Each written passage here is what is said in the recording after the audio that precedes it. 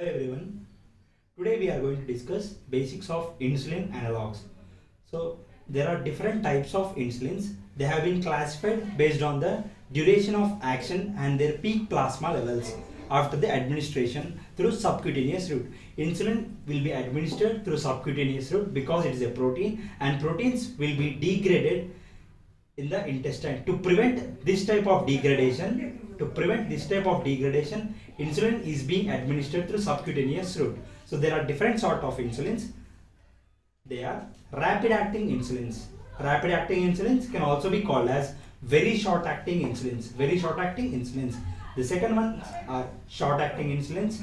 Next comes intermediate insulins, and final one are long acting insulins.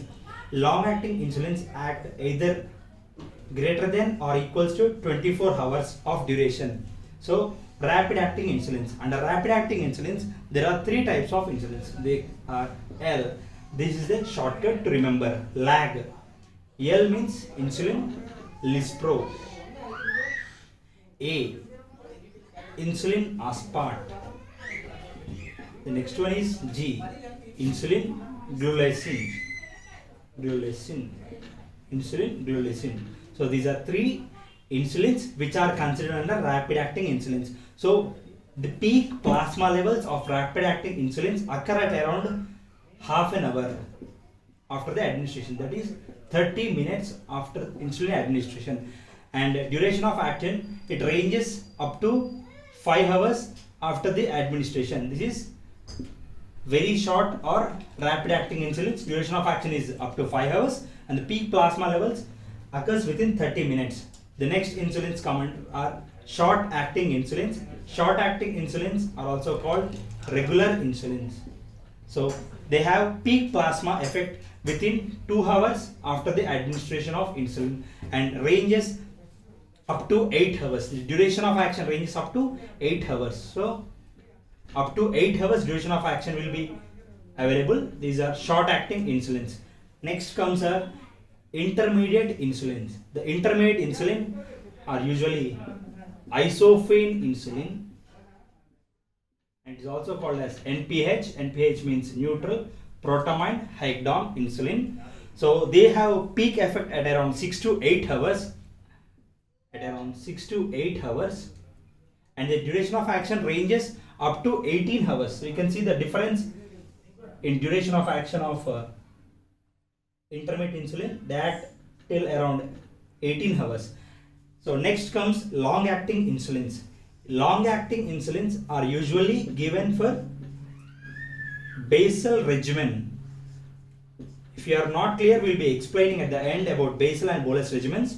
So basal regimen includes long acting insulins. So there are different types of them. Insulin determin, insulin glargine and insulin decludic are available.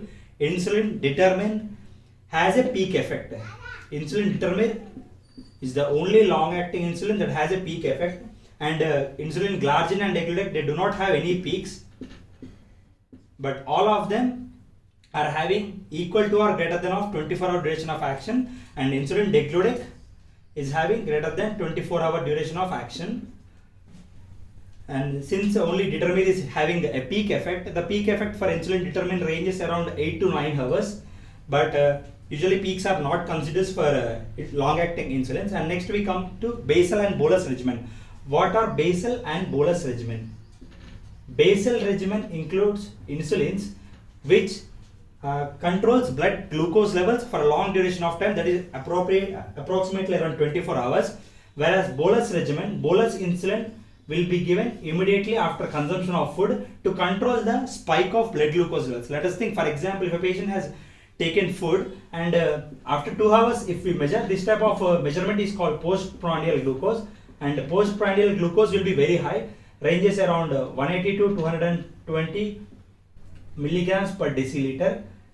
So in normal individuals, 180 to 220 milligrams per deciliter is postprandial glucose, whereas in diabetics this will be very high.